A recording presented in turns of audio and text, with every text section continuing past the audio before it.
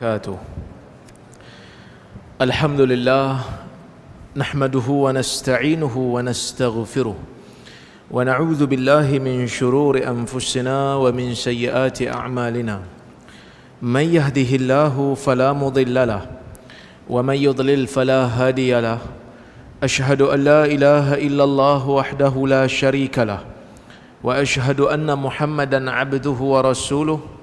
اللهم صل وسلم على محمد وعلى آله وصحبه أجمعين.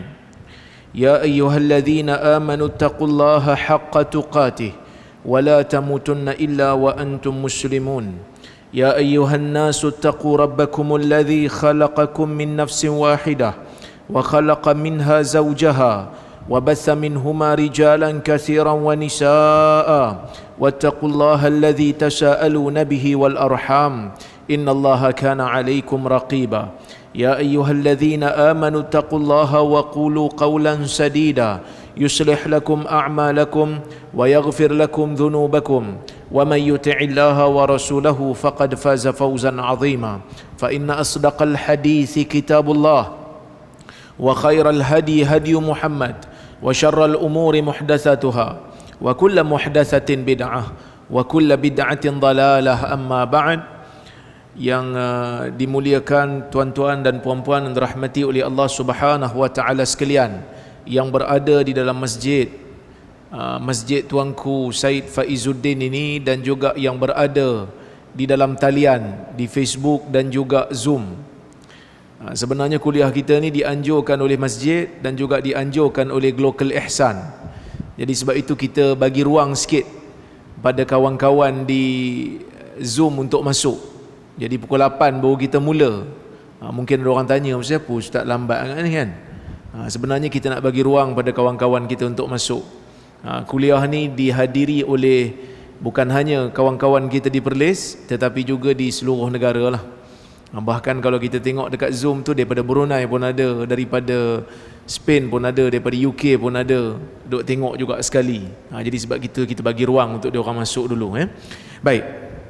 Kita nak sambung balik perbincangan kita menggunakan buku ni.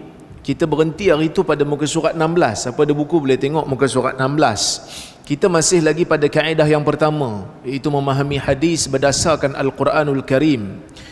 Membicarakan tentang faedah. Bila kita nak faham hadis, kita faham selari dengan Al-Quran, kita akan dapat beberapa faedah. Kita dah bincang faedah 1 hingga ke 4 sebelum ini. Yang ketiga sebelum ini. Kita nak masuk pada faedah yang keempat, iaitu takhsisul am pada hadis berdasarkan Al-Quran. Apa maksud takhsisul am? Sebenarnya perkataan am ni dah digunakan dalam bahasa Melayu dah. Cuti am kan? Cuti apa cuti am? Cuti umum lah. Semua orang pakai cuti.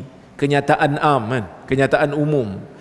Am dalam bahasa Arab bermaksud umum, sesuatu yang meliputi semua. Ya. Jadi bila ada sesuatu perkataan yang umum disebutkan di dalam hadis, ada kalanya tidak boleh difahami secara umum, kerana ada ayat-ayat Al-Quran yang akan mengkhususkan. Ada ayat Al-Quran yang akan mengkhususkan. Sebagai contoh, kita tengok para ulama bersepakat menyatakan bahawa tidak mungkin akan ada percanggahan di antara Al-Quran dan Sunnah, kerana kedua-duanya datang daripada sumber yang sama. Itu benda yang disepakati oleh para ulama ahli sunnah wal jamaah. Tak mungkin akan ada percanggahan di antara Quran dengan Sunnah. Kalau ada percanggahan di antara Quran dan Sunnah, salah satu daripada dua.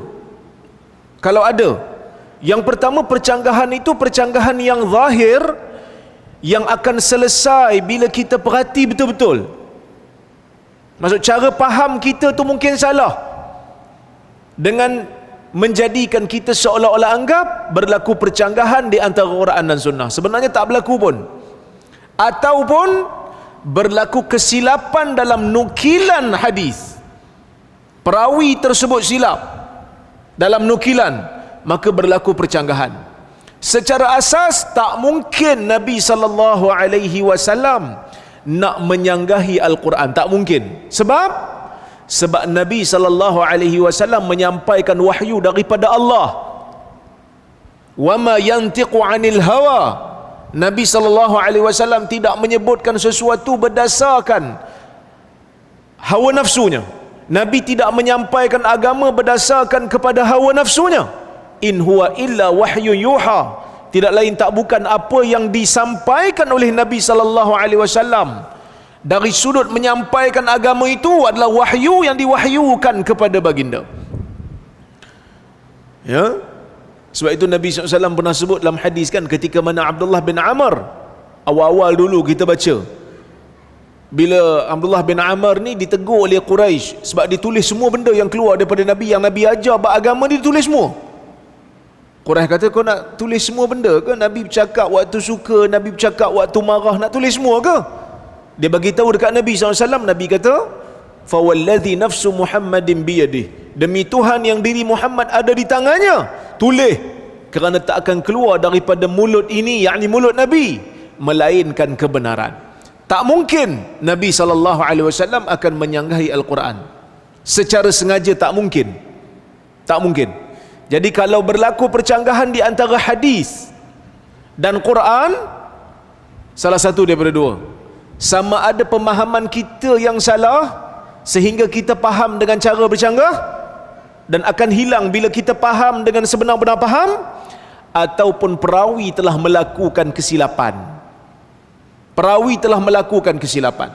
Jadi di antara cara nak menghuraikan ataupun nak menselarikan, nak mengharmonikan di antara percanggahan ini, antara caranya adalah dengan takhsisul am, mengkhususkan sesuatu yang umum.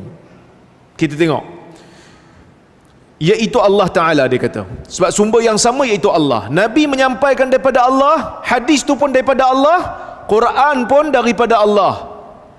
Sekiranya berlaku percanggahan antara kedua-duanya, ia hanya pada zahirnya sahaja dan boleh diharmonikan melalui penelitian terhadap kaedah takhsisul am, iaitu mengkhususkan yang umum. Contohnya adalah hadis berikut, ya, rukun Islam. Nabi SAW meriwayatkan, Nabi SAW menyebutkan seperti mana yang diriwayatkan oleh Ibnu Umar. Dia kata apa? Kata Nabi, buniyal islamu ala khams, syahadati an la ilaha illallah wa anna muhammadar rasulullah wa iqamis salah wa ita'iz zakah wal hajj wa sawmi ramadan. Hadis riwayat Al-Bukhari, yang bermaksud dibinakan Islam itu di atas 5 binaan. Nabi SAW menggunakan perumpamaan. Apa kata Nabi? Islam tu dibina di atas 5 asas. Seolah-olah Islam tu macam binaan rumah, kan? Ada 5 binaan dia, ada 5 asas dia. Syahadati an la ilaha illallah, mengucap kalimah la ilaha illallah. Syahadati an la ilaha illallah maksudnya dia kena ucap dengan lidah dia. La ilaha illallah Muhammadur Rasulullah, dia kena ucap. Sebab iman ni tak ada siapa yang tahu melainkan hanya Allah. Iman dalam jiwa kita ni tak ada siapa tahu. Jadi nak membuktikan kita orang beriman pada orang Islam yang lain, kita kena mengucap lah, kan? Kita kena mengucap. Jadi orang tahu dia Muslim sebab dia mengucap. Nak dia kata saya nak masuk Islam lah, awak mengucap lah. Tak penting yang tu. Yang penting iman dalam jiwa saya. Tak lah, saya nak berurusan dengan awak sebab selama ni saya tahu awak bukan Islam. Jadi bila dia nak masuk Islam, dia kena mengucap. Sebab itu tak ada istilah kata apa, awak jangan pandang luaran saya, dalaman saya baik, mana awak tahu, kan?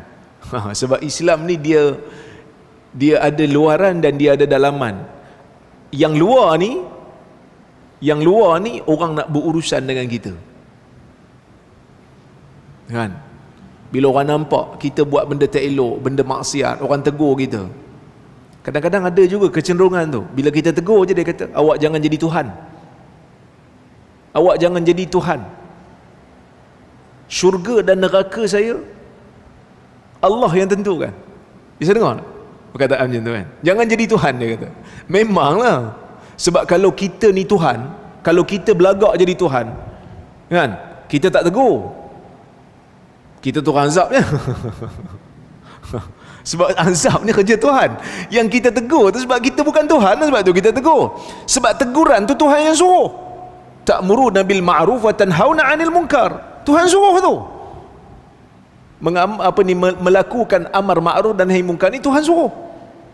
Jadi dia kata, saya sebenarnya luarannya nampak teruk ni. Dalaman saya Allah Ta'ala je yang tahu, awak jangan. Dia sebab dalaman kita tak bincang panjang.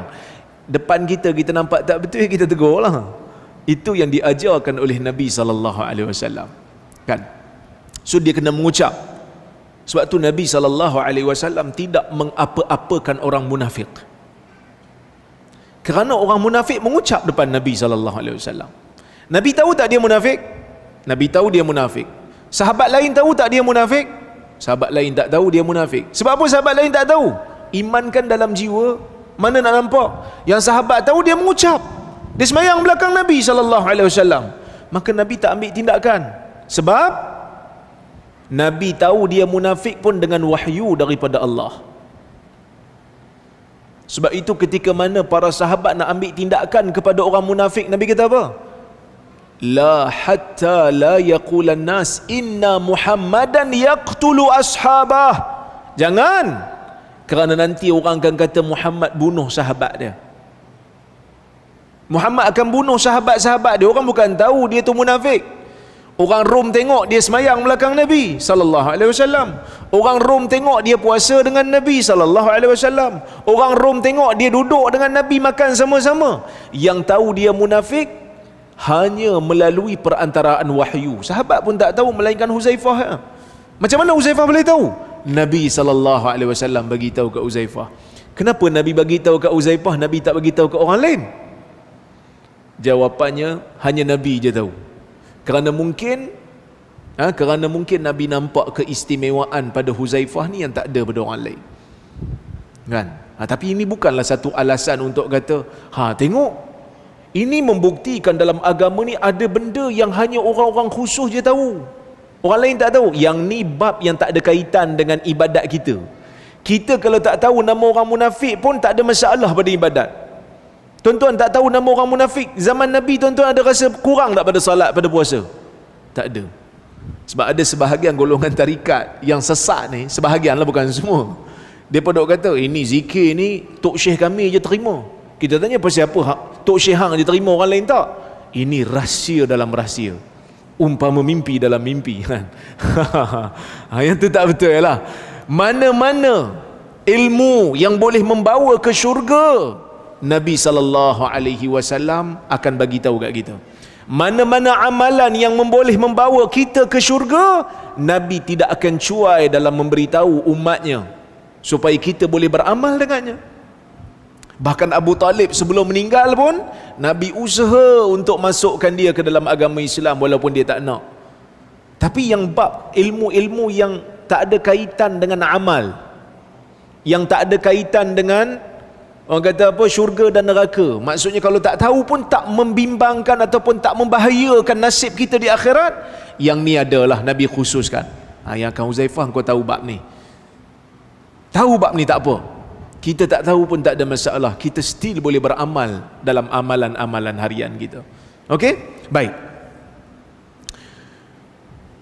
Kemudian wa iqamis salah, mendirikan salat, wa itaiz zakah, dan membayar zakat, wal hajj wa saumi Ramadan, melakukan haji dan berpuasa di bulan Ramadan.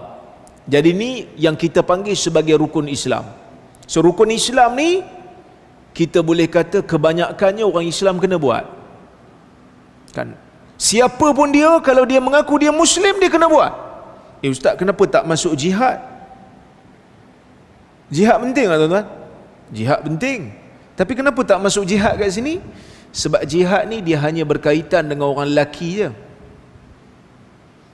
Orang perempuan dia tak wajib berjihad, turun ke medan perang, angkat senjata, tak wajib. Kan? Taat pada ibu bapa? Taat pada ibu bapa tak masuk dalam ni, sebab bukan semua orang ada ibu bapa yang hidup. Ada yang lahir-lahir mak ayah meninggal. macam Nabi kita Muhammad SAW. Jadi yang ni kita boleh kata ibadat yang asas, yang kita boleh kata semua orang terlibat, kan? Semua orang Islam terlibat. Okey, baik. Kemudian saya sebut di situ, zahir hadis ini menunjukkan bahawa sesiapa yang menyempurnakan rukun ini, maka dia termasuk dalam kalangan orang Islam. Jadi kalau dia mengaku dia Muslim, dia kena buatlah benda ni. Dia kena buat benda-benda ni. Tapi kalau tinggal kan, kalau tinggal syahadah, kita tak boleh kata dia Muslim, dia tak syahadah depan kita. Tapi kalau asalnya memang dia lahir Muslim, lahir dalam keluarga Islam, solat bersama dengan kita, kita anggap dia Islam lah. Ni orang yang kita kenal dia asal kafir, dia tak mengucap depan kita, kita tak boleh lah kata dia Muslim, tak ada bukti. Dia kena mengucap. Dia meninggalkan salat dengan sengaja. Ulama beza pendapat dalam isu ni. Ada yang mengatakan siapa tinggal salat dengan sengaja kafir. Ini mazhab Hanbali. Majoriti ulama kata sesiapa yang meninggalkan salat secara sengaja, ada dua keadaan. Dalam keadaan, kalau yang pertama dia ingkar, dia kata salat 5 waktu ni tak wajib, hanya sunat. Salat 5 waktu tak wajib, makruh. Dia kafir lah. Tapi kalau dia tak salat tapi dia mengaku salat tu wajib tapi saya malas, yang ni dia fasik. Okey? Dan sesiapa yang mengingkari semua benda yang disebut dalam hadis ni, ingkar, dia kata benda ni bukan wajib pun, haji tak wajib, puasa tak wajib, maka dia menjadi kafir. Dia kena mengaku kewajipan benda ni. Jadi sebab itu bila Allah Ta'ala turunkan hukum, berlaku kewajipan pada kita dua benda. Bila Allah Ta'ala turunkan hukum aja, dan hukum tu disebut dalam Al-Quran ataupun sunnah secara ijma', maka ada dua kewajipan. Yang pertama, kita kena lakukan benda tu. Yang kedua, kita kena percaya kewajipan benda tu kalau disebut ia wajib. Termasuk juga benda yang haram lah. Kalau benda tu diharamkan oleh Allah dan Rasul secara ijma', kita kena tinggalkan benda tu satu hal, dan kita kena percaya benda tu haram satu hal. Siapa yang mengingkari benda ni jadi kafir. Contoh, satu orang dia tak minum arak, dia tak minum. Bila tanya pasal apa tak minum, tak sedap, arak ni haram tuan. Bagi saya arak ni sunat muakkad, kafir dia, walaupun dia tak minum. Walaupun dia tak minum, tapi dia mengingkari pengharaman arak yang telah menjadi ijma'. So dua benda kita kena fikir, dua benda kita tanggungjawab kita lah pada hukum hakam syarak ni. Baik, dapat difahami bahawa sesiapa yang tidak melakukan semua perkara ini, maka dia tidak dikira Muslim. Okey? Tetapi keumuman hadis ini dikecualikan. Sebahagian ada pengecualian. Kalau kira siapa tak mengucap, kira Muslim lah? Tak kira Muslim lah, dia tak mengucap depan kita. So dia tak cukup lah rukun untuk jadi Muslim. Syarat nak masuk syurga, kena jadi Muslim tak tuan-tuan? Kena jadi Muslim. Timbul satu persoalan. Budak kecil, lahir belum baligh, meninggal. Umur 1 tahun, umur 2 tahun, tak pandai mengucap lagi, meninggal dunia. Di mana tempat dia? Anak orang Islam meninggal waktu umur belum baligh. Di mana tempat dia? Syurga. Tempat dia di syurga. Dia mengucap tak? Dia solat tak? Dia puasa tak? Tak sempat. Macam mana pula boleh jadi syurga? Kerana Al-Quran mengecualikan. Allah Subhanahu wa taala menyebut di dalam Al-Quran, Allah Taala kata, "Walladzina amanu wattaba'athum dzurriyyatuhum biiman, alhaqna bihim dzurriyyatahum wama alatnahum min 'amalihim min syai', kullu imri'in bima kasaba rahin." Surah At-Tur ayat 21, yang bermaksud, dan orang-orang yang beriman yang diturut oleh zuriat keturunannya dalam keadaan beriman, kami hubungkan zuriat keturunannya itu dengan mereka dalam syurga, dan kami dengan itu tidak mengurangi sedikit pun dari pahala amal-amal mereka. Tiap-tiap seorang mereka terikat dengan amalan yang dikerjakan.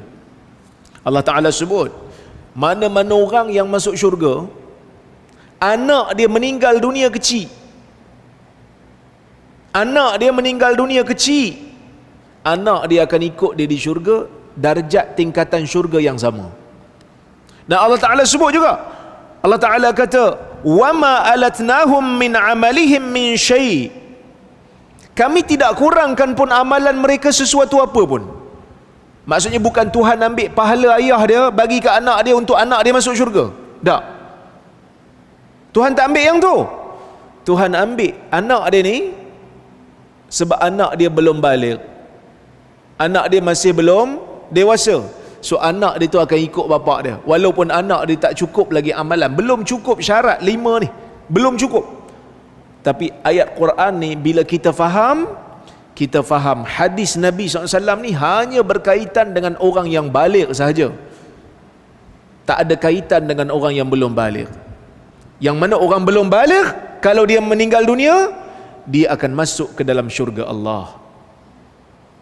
So Quran telah mengecualikan, Quran telah mengecualikan umumnya hadis Nabi SAW.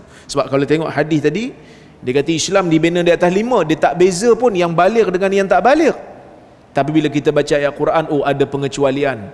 Yang mana yang belum baligh, Allah Ta'ala akan kecualikan daripada hadis yang Nabi SAW sebut tadi. Sebahagian ulama tafsir mengatakan bahawa perkataan zuriat dalam ayat ini merangkumi anak kecil yang meninggal dunia sebelum mereka mencapai umur baligh. Nampak? Anak-anak kecil ini akan masuk ke syurga bersama bapa mereka yang beriman.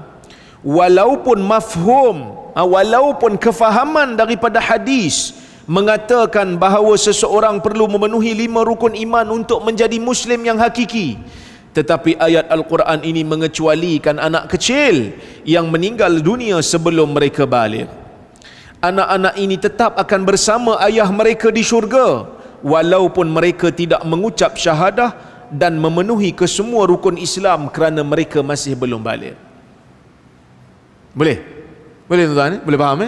Jadi bila kita faham ayat, bila faham hadis, selari dengan ayat Quran, kita baca ayat ni, oh kita faham hadis yang sana tadi tu bukan maksud umum pada semua orang, hanya pada orang yang baligh. Orang yang belum baligh yang meninggal dunia dikecualikan daripada hadis tu. Mana hang tahu ada pengecualian? Quran bagi tahu. Quran bagi tahu. Quran telah mengecualikan sebahagiannya. Okey? Baik. Faedah nombor 5. Membezakan makna lafaz mushtarak dalam Al-Quran dan juga hadis. Okey? Seseorang yang faqih hendaklah mentafsirkan lafaz yang terdapat dalam Al-Quran berdasarkan apa yang dikehendaki oleh syarak. Seorang bila nak tafsir hadis, bila nak tafsir Quran, dia kena tafsir berdasarkan kaedah syarak. Dia tak boleh tafsir ikut suka dia. Maksud tafsir ikut suka dia macam mana? Bila dia nak buat tindakan apa pun, dia akan cari mana-mana dalil yang sokong dia. Mana-mana dalil yang tak sokong dia, dia buat-buat tak nampak. Yang ni bahaya. Ini perangai ulama ahli kitab zaman dulu. Mana-mana ayat yang sokong dia, dia akan ambil. Mana-mana yang lawan dia, dia tinggal. Seorang faqih, orang yang power dalam agama ni, yang ada ilmu dalam agama ni, dia kena faham dalil berdasarkan apa yang dikehendaki oleh Allah dan Rasul. Okey.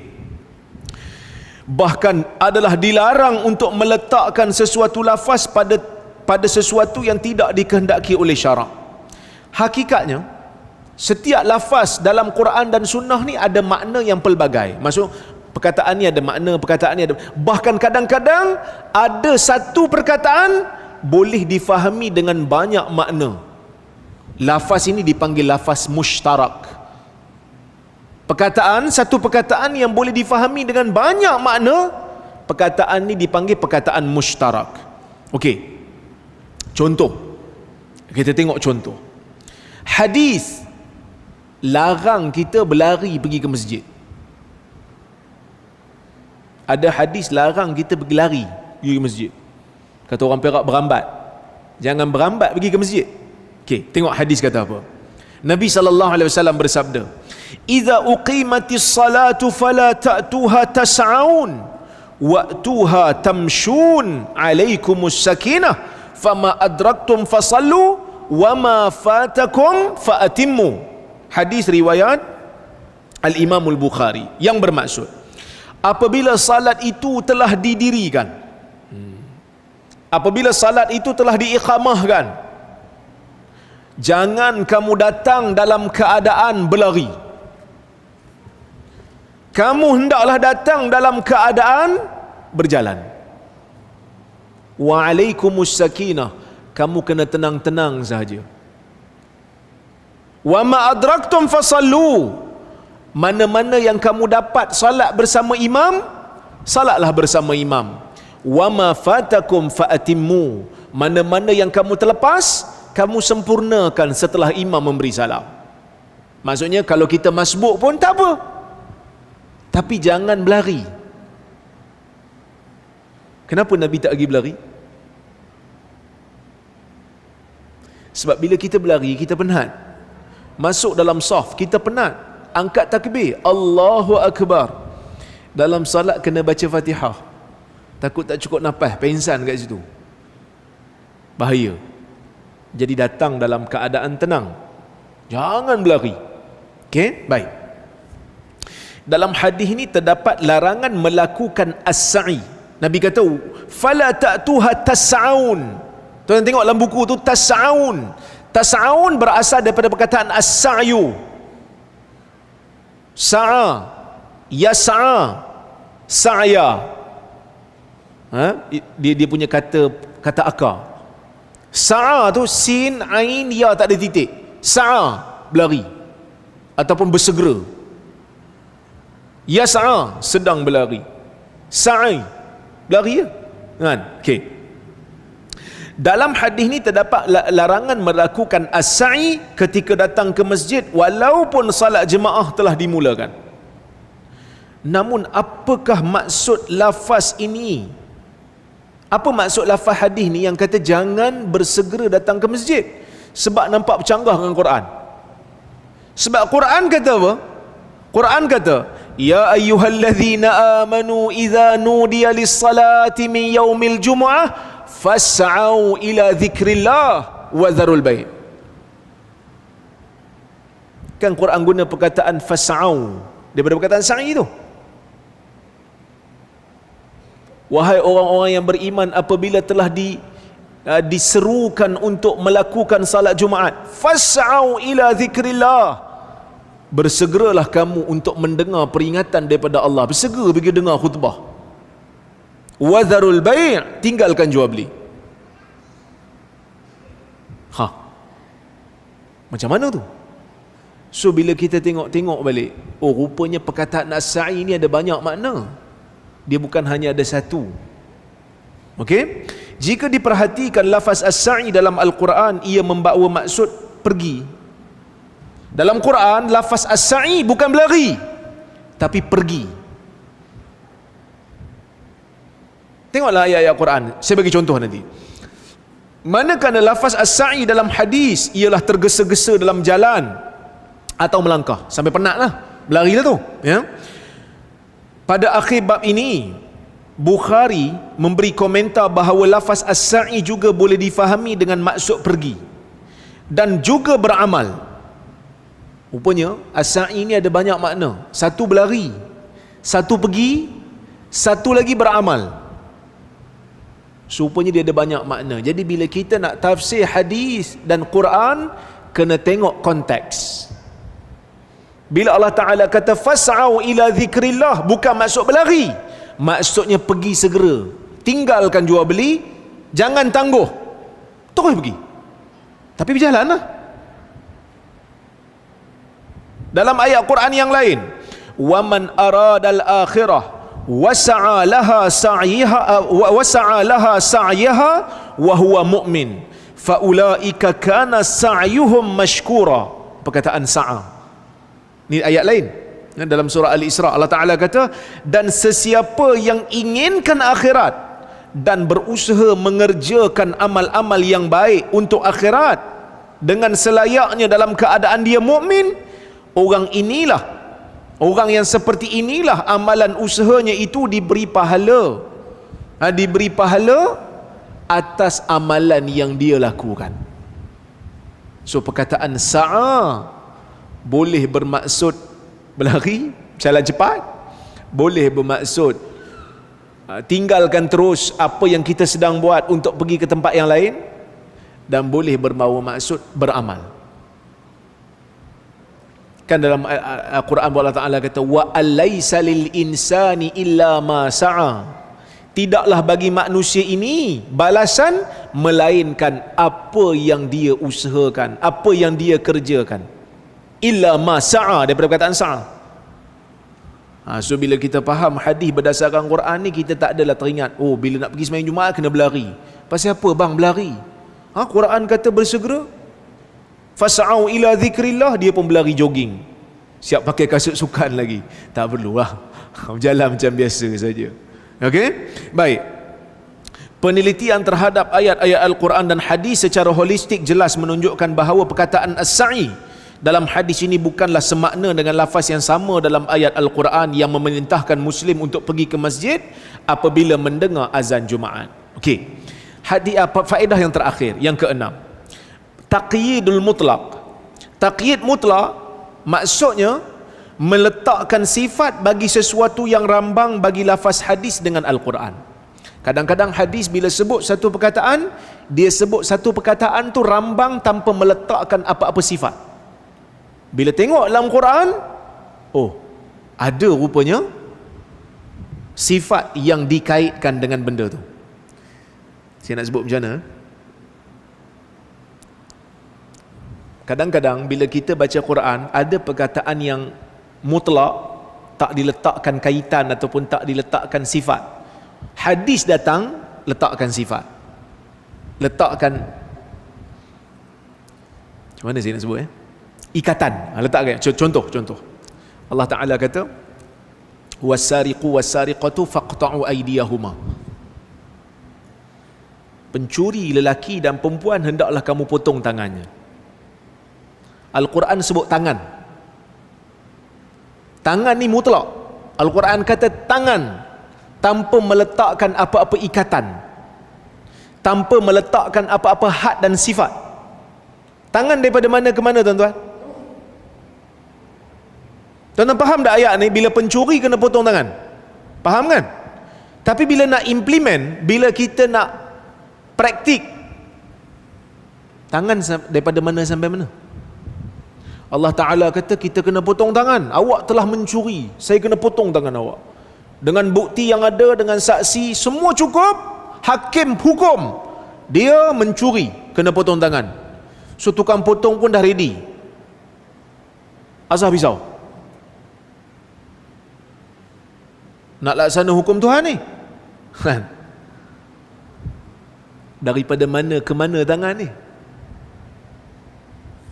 Daripada sini ke sini pun tangan, daripada sini ke sini pun tangan, daripada sini ke siku pun tangan, daripada sini ke sini pun tangan. Nak potong takat mana? Takat mana nak potong? Kita kena tengok dia punya kadar lah, Ustaz. Kalau curi 42 bilion, sampai sini ya. Bukan macam tu. Oh, kalau macam tu jenuh lah kita kan. Kena tengok lah, Ustaz, dia orang biasa ke VVIP? Kalau orang biasa kita potong sampai sini ya. Kalau VVIP kita potong kuku je. Tak boleh juga lah, kerana Nabi SAW dah bagi ancaman. Nabi dah bagi ancaman, kalau nak laksana hukum Tuhan, tak laksana betul-betul, Allah Ta'ala akan hantar bala. Innama ahlakal ladhina min qablikum idza saraka fihimus syarif taraku wa idza saraka fihimud dha'if aqamu alaihi al-had. Sesungguhnya perkara yang membinasakan orang-orang sebelum kamu ialah apabila orang-orang bangsawan mencuri di kalangan mereka, mereka tinggalkan. Tapi bila mana orang-orang yang lemah yang mencuri di kalangan mereka, mereka laksanakan hudud ke atasnya. Sebab tu hudud ni bukan hanya sekadar oh kita buat, kita potong je. Tak. Kena tengok laksana macam mana. Kalau bangsawan mencuri kena tak? Ke orang miskin je kena? Curi sardin 2-3 tin kena? Yang curi bilion-bilion tak kena? Kalau macam tu bukan panggil hudud Allah, yang tu hudud Yahudi.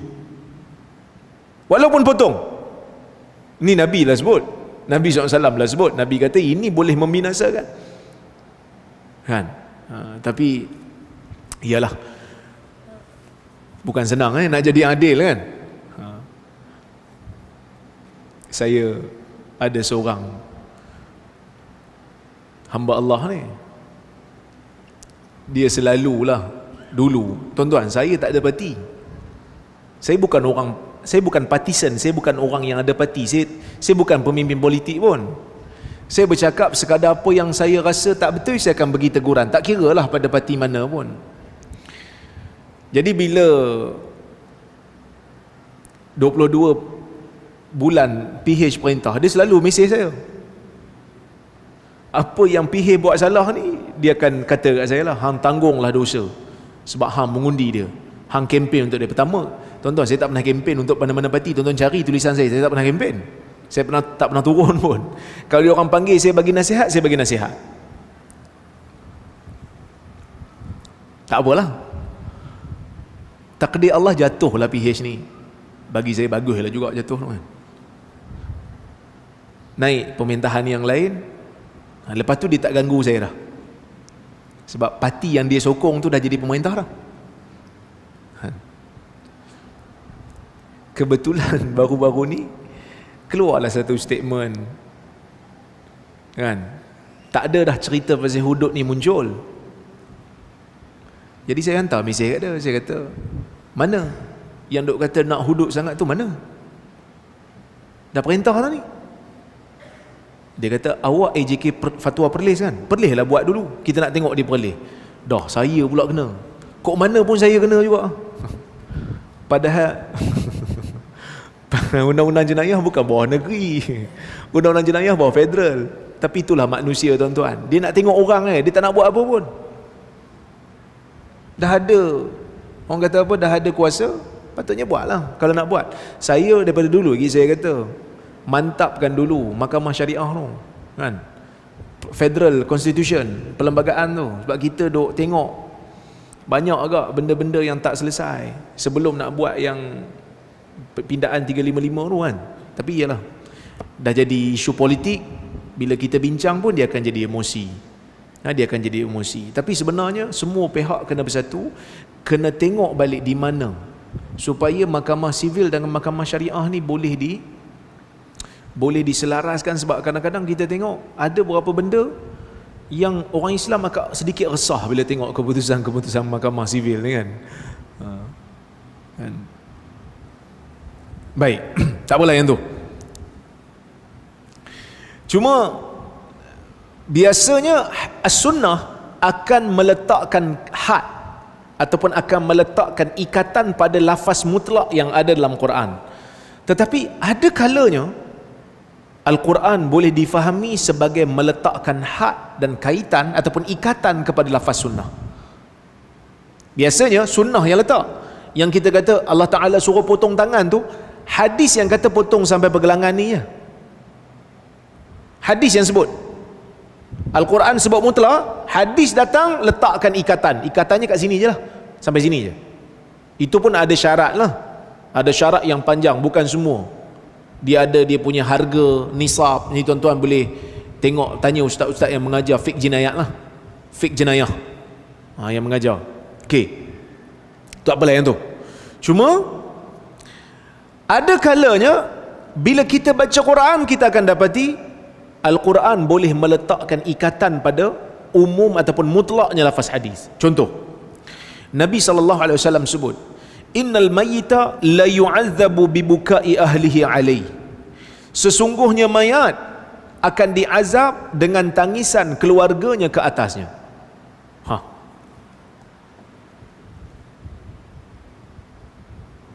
Mayat mati, mayat memanglah mati kan. Mayat, satu orang mati jadi mayat, ahli keluarga meratap, mayat tu kena siksa. Boleh? Tuan-tuan boleh terima tak? Kita tak ada buat apa pun, kita mati. Kita bukan boleh larang, kita mati. Dia meratap ni benda yang haram lah. Dia meratap, dia pukul pipi, dia koyak-koyak baju. Dah jadi macam Atomic Warrior dah tengok kan, dah jadi macam organ duk koyak-koyak baju kan. Kita bukan boleh buat apa, kita dah mati. Tiba-tiba Nabi kata mayat kena azab. Nampak macam macam tak kena je. Tengok dalam Quran. Bila tengok dalam Quran, Allah Ta'ala jelas beritahu, wala taziru waziratun wizra ukhra. Seseorang yang menanggung beban, dia tak akan tanggung dosa orang lain. Orang yang berdosa ni, dia tak akan tanggung dosa orang lain, dia tanggung dosa dia je. Baru kita faham. Kita kena faham hadis ni berdasarkan ayat Quran ni, iaitu mayat tak akan tanggung dosa orang lain. Sebab dulu ada seorang penceramah, dia sebut, dia kata mana-mana anak yang tak semayang, mayat dekat dalam kubur akan diseksa sebab anak tak semayang. Perkataan umum macam tu bahaya tuan-tuan. Kita bagi azan dulu.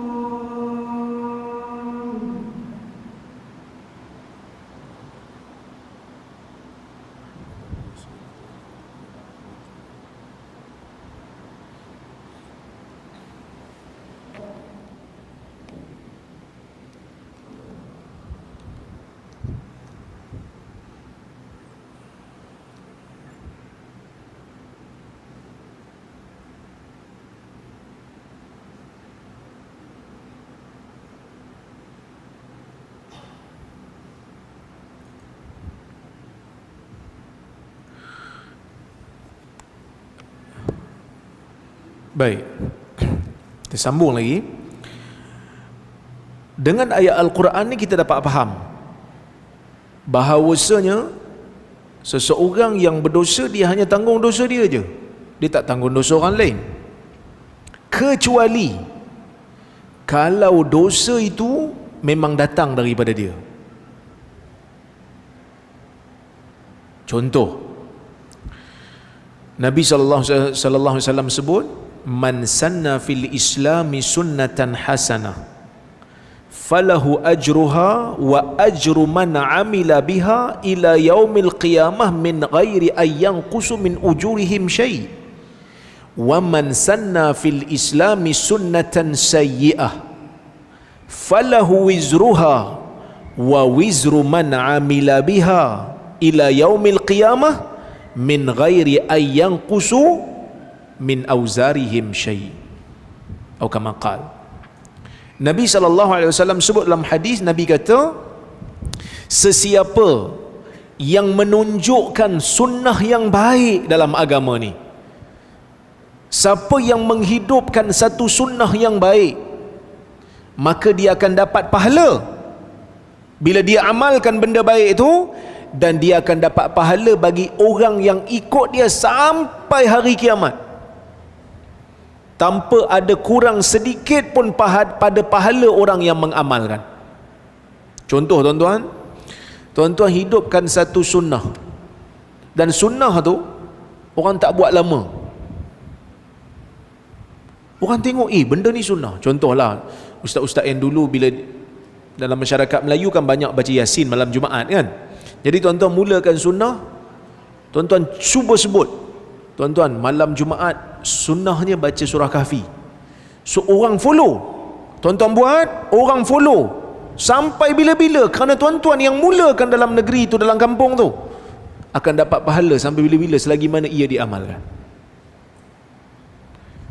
Min ghairi ayyanqusa min ujurihim syai'. Pahala orang yang beramal yang mengikut tu tak kurang pun. Bukan maksud Allah Ta'ala kerat dua pahala tu, setengah bagi kat orang yang beramal, setengah bagi pada orang yang tunjuk. Tak, Tuhan akan bagi pahala lain. Yang ni dapat pahala sempurna orang yang amal ni, pahala orang yang tunjuk mula-mula tu dia akan bagi sempurna juga. Sebab itu Ibn Hajar dia ada hurai dalam masalah Khadijah bintu Khuwailid kan. Khadijah kan orang pertama masuk Islam. Bila Nabi SAW terima wahyu je, Khadijah terus beriman. Tak ada cakap banyak, dia terus beriman dengan Nabi SAW. Dia terus pujuk Nabi dengan perkataan yang sangat-sangat menunjukkan dia tak ada keraguan langsung pada kebenaran Nabi SAW. Kan Nabi balik dalam keadaan menggeletar takut. Zammiluni, zammiluni, selimutkan saya, selimutkan saya, Nabi kata. Fazammaluhu hatta dhahaba anhu raw. Dia orang pun selimutkan Nabi. Khadijah selimutkan Nabi. Bila Nabi SAW dah tenang, Nabi cerita. Nabi kata, laqad khasyitu ala nafsi. Aku takut dengan diri aku ni. Nabi takut sebab pengalaman ni Nabi tak pernah tengok, tak pernah jumpa. Sebab ulama ada dua pendapat. Masa Jibril alaihi salam jumpa Nabi dekat Gua Hira tu, macam mana bentuk Jibril? Ulama ada bincang. Tuan-tuan baca dalam Fathul Bari. Ada yang kata Jibril datang bentuk manusia. Ada yang kata Jibril datang bentuk asal tapi tak tunjuk penuh dekat Nabi.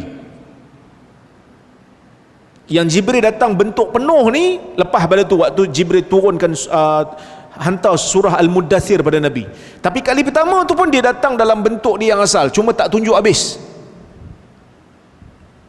Jadi kalau itulah bentuk yang Jibril tunjuk kat Nabi walaupun tak penuh, dah tentu Nabi takut. Dah lah datang peluk lah tu kan, tak kenal siapa. Dia bukan datang dia kata, ya Muhammad, saya ni Jibril, malaikat yang Allah Ta'ala hantar, ni surat lantikan sebagai Rasul, cukup bulan lepuh diri. Kalau cakap macam tu tuan-tuan, senang cerita, Nabi pun tak payah takut-takut. Macam saya datang ke Perlis ni lah, dah ada surat siap-siap kan. Nah, awak sebagai rektor, saya pun tengok, okey, tugasnya macam ni. Kat mana? Tengok Google sikit, okey, ni tempat dia. Nabi ni Jibril datang peluk-peluk 3 kali, suruh baca, lepas tu dia pergi macam tu. Memanglah Nabi takut. Kan ada yang kata Nabi takut dia akan mati. Ada yang kata Nabi takut sebab dia mungkin ditimpa penyakit. Ada yang kata mungkin Nabi rasa dia macam nak gila dah sebab tengok benda pelik. Apa Khadijah kata? Kalla wallahi la yukhzikallahu abada. Tak. Jangan kata takutlah. Allah sekali-kali tidak akan mengecewakan kamu selama-lamanya. Wa innaka latasilur rahim. Kerana kamu sentiasa menghubungkan hubungan silaturahim. wa tahmilul kal wa taqsibul ma'dum wa taqrid dhaif wa tu'inu ala nawaibil haq. Engkau sentiasa menanggung bebanan, engkau sentiasa bantu orang susah, engkau sentiasa beri benda yang istimewa yang orang lain tak boleh beri. Engkau sentiasa muliakan tetamu, kan? Engkau selalu bantu benda yang benar. So Khadijah pun beriman dengan Nabi SAW. Ibn Hajar kata, sesiapa yang masuk Islam selepas daripada tu, Khadijah akan dapat pahala, kerana Khadijah telah memulakan sunnah yang baik. Nampak? Ini sebagai satu galakan sebenarnya. Sebab nak menghidupkan satu sunnah yang telah mati ini bukan senang. Tak senang. Nak hidupkan satu sunnah yang dah mati susah, tuan-tuan. Kita bukan lawan dengan benda kufur. Kadang-kadang kita lawan benda bid'ah aja, tapi orang punya maki kita. Hui, padahal kita nak suruh balik pada amalan sunnah. Kita kata berhentilah zikir hu ni. Ambil zikir Nabi. Zikir Nabi sempurna. Cantik zikir Nabi ni. Doa Nabi, zikir Nabi kan sempurna. Subhanallah, maha suci Allah. Alhamdulillah, segala puji bagi Allah. Allahu Akbar, Allah maha besar. La hawla wa la quwata illa billah. Tidak ada kuasa dan tidak ada kekuatan melainkan dengan Allah. Kan cantik tu, ayat sempurna. Mereka duk bantu hu. Advance sikit, kita pun heran, ni zikir ke syok ni?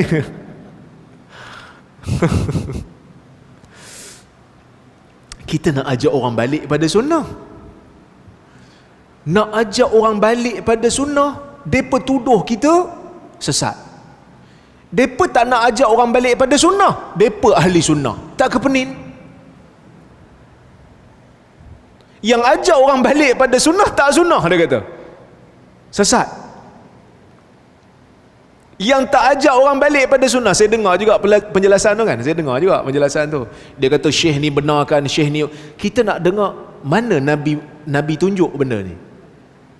Di mana Nabi tunjuk? Kalau Nabi tak tunjuk, syekh ni kata macam tu, syekh ni kata macam tu, banyaklah pandangan-pandangan memang banyak. Sebab Nabi pesan di akhir zaman nanti ni kita akan tengok perselisihan yang banyak. Fa'alaikum bisunnati, kamu kena ikut sunnah aku. Tu pesan Nabi. Saya tengok ada tak Nabi amal? Tak ada, tak apalah. Saya amalan tak banyak, zikir saya pun tak banyak. Tuan-tuan, zikir kita bukan banyak. Tak tahulah kalau zikir tuan-tuan banyak, zikir saya tak banyak. Jadi alang-alang yang tak banyak ni, buatlah yang Nabi tunjuk. Tuan-tuan buka kitab Al-Azkar karangan Imam Nawawi. Begitu banyak zikir Nabi yang kita tak teramal lagi. Tak payahlah hu tu, biarlah orang lain duk buat. Hu kan, biarlah orang lain. Kita zikir yang macam mana Nabi SAW tunjuk. Alang-alang kita nak amal. Sebab ada juga yang kata, yalah kita amal semua, yang hu pun kita buat, yang sunnah pun kita buat. Kita kata masa kau buat hu tu, kau tinggal dah sunnah Nabi tu. Cuba masa yang kau buat hu tu, kau amalkan zikir Nabi. Alang-alang terisi juga dengan sunnah. Tapi macam-macam lah bagi alasan. Orang bagi alasan macam-macam. Tapi itulah saya nak kata, cabaran di akhir zaman ni bukan senang lah. Di akhir zaman ni nak ajak orang balik pada sunnah, orang kata kita tak sunnah.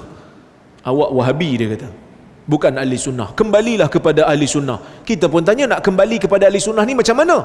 Amalkan bid'ah hasanah. Pening kepala kita. Tuan-tuan, dalam hidup kita, sekali kalau kita tak buat bid'ah hasanah, sekali pun tak pernah buat bid'ah hasanah, tuan-tuan, ahli sunnah kita tak tergugat pun. Katalah satu orang pakcik duduk betul-betul dekat kampung, jauh pada orang, dia tak pernah tahu tentang bid'ah hasanah, tapi dia tahu sunnah Nabi SAW. Ahli sunnah tak dia? Ahli sunnah dia, walaupun dia tak pernah amal bid'ah hasanah versi Melayu, dia tak pernah buat. Bukan saya nak marah sangat bid'ah hasanah ni, memang ada bid'ah hasanah ni sebahagiannya, tapi kadang-kadang ada benda yang kadang-kadang tak terima bid'ah hasanah bukan ahli sunnah. Pelik lah. Tak buat bid'ah hasanah bukan ahli sunnah. Tak buat bid'ah hasanah, tak terima bid'ah hasanah, tak ganggu ahli sunnah pun. Tak ganggu lafaz ahli sunnah tu. Kerana ahli sunnah orang yang berada di atas sunnah, bukan berada di atas bid'ah. Cuma Nabi SAW beri galakan pada orang yang nak hidupkan sunnah ni, pahala dia berterusan. Sebab apa? Sebab nak hidupkan sunnah di akhir zaman yang dah mati ni, kita berhadapan dengan cabaran. Sebab tu Nabi bagi ganjaran besar. Dia tak putus selagi mana orang beramal. Dan Nabi beri ancaman, sesiapa yang tunjuk pula benda yang tak bagus, dosa yang dah mati dia pergi munculkan balik. Kan? Dosa tu dah mati dah, dia pergi munculkan. Ataupun dosa yang orang tak pernah kenal, dia pergi buat, sehingga dosa tu jadi hidup lepas daripada dia tunjuk, tak putus. Dia akan dapat dosa sebab orang ikut dia. Ini dipanggil dosa berantai dan pahala berantai. Dosa berantai dan pahala berantai ni sebenarnya adalah hasil usaha dia. Sebab orang buat, tiru dia. Sebab tu Nabi SAW cukup tak suka orang yang menzahirkan dosa dia. Nabi tak suka. Nabi tak suka al-mujaharah bisu. Nabi tak suka. Apa mujaharah bisu? Orang yang buat dosa sembunyi-sembunyi, esok pergi cerita, semalam aku buat macam ni, dia cerita kat orang dosa dia. Nabi tak suka. Kenapa Nabi tak suka? Sebab nanti orang dapat idea, oh macam tu dia buat dosa, aku pun nak try. Nabi tak suka. Sebab Nabi nak environment masyarakat Muslim ni environment yang bersih. Kalau kita tahu mana-mana sahabat kita buat maksiat pun, kita tutup. Kalau tak ada kaitan dengan orang lain, tutup. Dan kita nasihat sembunyi-sembunyi, sudah. Kecuali kalau benda tu dah tersebar lah, ataupun kalau benda tu berkaitan dengan hak manusia, itu kena bagi tahu lah. Yang tu kena bagi tahu pihak berkuasa, yang tu kena cegah terang-terang lah. Kan? Kalau berkaitan dengan masalah negara, khianat pada harta awam, yang ni memang kena terang-terang lah. Tapi kalau benda tu benda yang tersembunyi, dosa peribadi, kita tegur sembunyi-sembunyi ya. Tak payah terang-terang. Kerana kalau orang tahu, orang dapat idea, orang duk ikut. So dia akan jadi tak cantik lah dalam masyarakat Muslim. Nabi nak masyarakat Muslim, suasana dia suasana yang bersih. Okey. So kita tahu dah yang tu. Bila Allah Ta'ala kata orang yang menanggung dosa tak tanggung dosa orang lain, memang dia tak tanggung dosa orang lain. Kalau orang tiru dia, dia tak tanggung dosa orang. Dia dapat dosa sebab orang tiru dia buat dosa. Ini tu utama zaman TikTok, zaman Facebook, macam-macam ni kan. Kena ingat-ingatlah. Bila kita wujudkan satu trend yang berdosa, orang lain nak ikut kita, dan kita pun pakat berdosa sekali. Bahaya. Bahaya. Okey? Baik. Jadi hadis Nabi ni maksud apa? Bila Nabi kata innal mayyita, sesungguhnya mayit, yu'adzabu bibukai ahlihi alaih, diazab sebab ahli keluarga meratap atas dia. Pasal apa mayat ni kena seksa pula? Sebab itulah budaya orang jahiliyah, yang mana bila mereka nak mati, mereka akan pesan kepada waris, nanti bila aku mati, kau nangis kuat-kuat sikit. Sebenarnya dalam budaya orang bukan Islam ada sebahagian, bukan semua. Sebahagian orang bukan Islam memang ada kan diupah untuk menangis. Tuan-tuan bayangkanlah. Ini bukan nak kira menangis ke ketawa, tak kisah. Cuma kalau kita meninggal, orang yang tengok kita meninggal ketawa beramai-ramai, tuan-tuan rasa apa? Bagus juga dia meninggal. Kita rasa apa? Maksudnya orang ni jahat lah, orang tak suka kat dia. Dia meninggal, orang siap buat kenduri kesyukuran, meninggal juga dia. Ada yang sujud syukur, meninggal juga mangkuk ayun ni. Contohlah kan. Maksudnya Orang jahiliah dia tak nak macam tu. Dia nak supaya dia meninggal tu orang menangis, menunjukkan dia ni ada harga dalam masyarakat, dia ni ada jasa besar. Jadi dia takut orang tak menangis, so dia pesan, nanti kalau saya meninggal awak ratap lebih sikit, nak tunjuk saya ni ada tempat, saya ni bernilai dan berharga, jangan ketawa pula, nangis. So pesanan itu diberikan oleh mayat. Pesanan tu diberikan oleh mayat. Jadi bila dia mati, waris meratap betul-betul. Siapa pesan?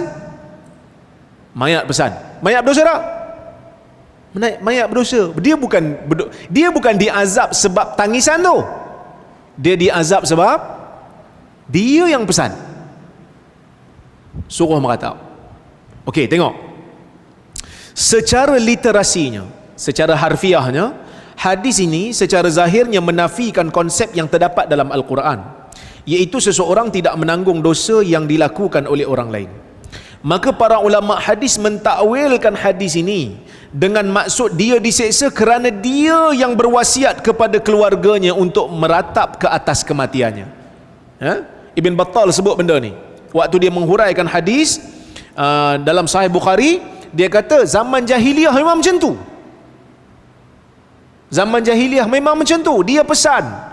Jadi dia pesan kat orang untuk buat dosa. So bila orang buat dosa tu, orang yang buat tu berdosa, yang dia yang pesan pun berdosa sebab dia yang pesan. Bukan bermakna dia tanggung dosa orang. Dia tanggung dosa dia sebab dia yang pesan. Tapi kalau orang tu meratap tanpa dia pesan, kan? Dan waris tak semayang lepas bapak dia mati, bapak dia elok dah jaga, bapak dia pesan elok kamu semayang, jaga semayang, jadi orang yang bertakwa, bagi didikan elok, tapi anak tak mau ikut, bapak bertanggungjawab tak? Bapak tak bertanggungjawab lah. Kalau bapak bertanggungjawab dalam semua keadaan, jenuh lah. Sebab tu kita kena betulkan sangkaan suami tanggung dosa isteri. Suami tanggung dosa suami. Pasal apa pula suami nak tanggung dosa isteri? Kan? Kakak-kakak di belakang tak setuju. Suami tanggung dosa suami ke suami tanggung dosa isteri sekali? Suami tanggung dosa suami. Isteri, Ustaz? Isteri tanggung dosa dia sendirilah. Sebab tu dalam neraka ramai orang perempuan. Kalau semua suami tanggung dosa isteri, isteri tak ada buat apa-apa, isteri tak perlu tanggung dosa dia, tak adalah ramai orang perempuan dalam neraka, orang lelaki dalam neraka. Habis tu yang ustaz tu cakap tuan-tuan salah faham. Ustaz tu kata suami tanggung dosa dia kalau dia tak buat tugas suami dengan betul. Dia cuai tanggungjawab dia, dia tak cegah maksiat yang dilakukan oleh isteri dia, tu datang perkataan dayus tu. Suami tu tanggung dosa dia sebab tanggungjawab suami bagi teguran ke isteri, didik isteri. Tapi kalau suami dah jaga elok, bagi teguran elok-elok, isteri tak dengar, kan? Sembunyi-sembunyi dia buat kerja tak elok belakang suami dia, suami tak tahu. Suami tanggungjawab tak? Dah. Isteri dah tanggung dosa. Maka sebab itu tuan-tuan dan puan, kita kena faham betul-betul. Tak ada istilah orang tanggung dosa orang lain. Yang ada dia tanggung dosa dia.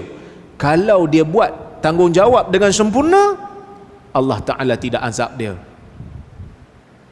Sebab itu kita dulu tegur jugalah penceramah tu, alhamdulillah dia betulkan balik statement dia tu. Dia kata kalau mak bapak tak didik anak betul-betul sampai anak tak dapat, orang kata apa, tak dapat iman, tak dapat jadi saleh disebabkan ayah cuai, dan ayah tu akan bertanggungjawab lah.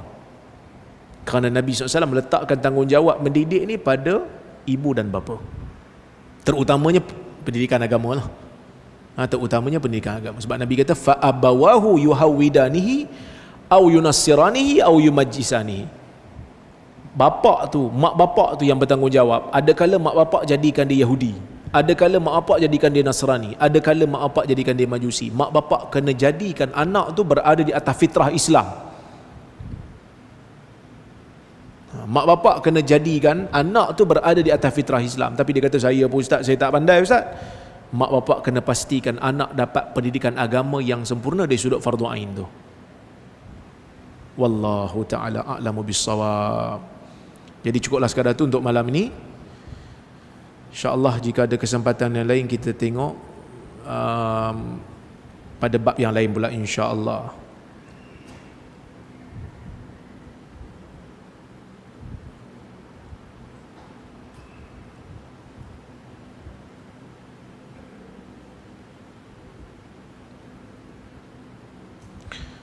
Ini ada soalan, dia kata kenapa jilatan kucing tidak dikira najis sedangkan jilatan anjing dikira najis? Ni soalan daripada Zoom lah. Nabi SAW ditanya tentang jilatan kucing, bekas jilatan. Nabi SAW mengatakan innaha minat tawafin, sesungguhnya kucing ni termasuk di dalam kita panggil apa, tawafin, benda yang melingkari kamu. Jadi sebab itu diberikan keuzuran, diberikan kemudahan. Jadi itu keringanan tu. Sebab kalau kucing ni apa yang dia gigit, apa yang dia jilat jadi najis, susah kita. Sebab kita duduk dengan, kebanyakan orang kita ada kucing kan, ataupun kita hidup dengan kucing. Jadi kalau katalah dia jadi najis, dia akan jadi beban. Sedangkan syariat kita ni bukan syariat yang membebankan. Ya, wallahu a'lam. Ada soalan tuan? Ya.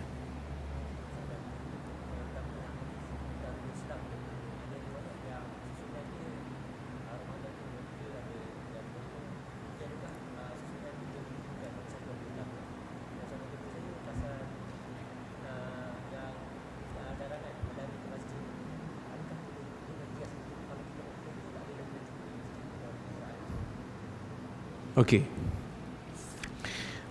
Berkenaan dengan hadis yang kita baca tadi, sebab ada susunan dia lain, ada yang puasa Ramadan dulu kan, ada yang haji dulu. Memang betul lah, memang ada. Maka ulama bincang lah. Jadi dia kata berkemungkinan perawi meriwayatkan dengan makna. Perawi meriwayatkan dengan makna, maka sebab itu ada susunan dia yang berbeza-beza sikit. Itu yang pertama. Yang kedua, berkenaan dengan jangan berlari ke masjid, adakah kita boleh faham jangan naik kereta pun laju-laju lah? Boleh juga difahami macam tu lah. Sebab naik kereta laju-laju ni bahaya kan, takut nanti terlanggar orang. Ikutlah apa ni, undang-undang lalu lintas. Wallahu alam. Terima kasih banyak pada semua yang hadir pada malam ini, sama ada di masjid dan juga di Facebook dan juga di Zoom. Saya ucapkan terima kasih banyak. Saya juga ucapkan terima kasih banyak pada masjid, pengurusan masjid yang sudi menyediakan tempat untuk kita berkuliah, dan juga Global Ihsan yang menyediakan ruang Zoom untuk kuliah kita ini. Apa yang baik daripada Allah, apa yang buruk datang dari kelemahan diri saya mohon maaf, mohon ampun kalau terkasar bahasa tersilap kata. Aqulu qawli hadza wa astaghfirullahal azim li wa lakum. Wassalamualaikum warahmatullahi wabarakatuh.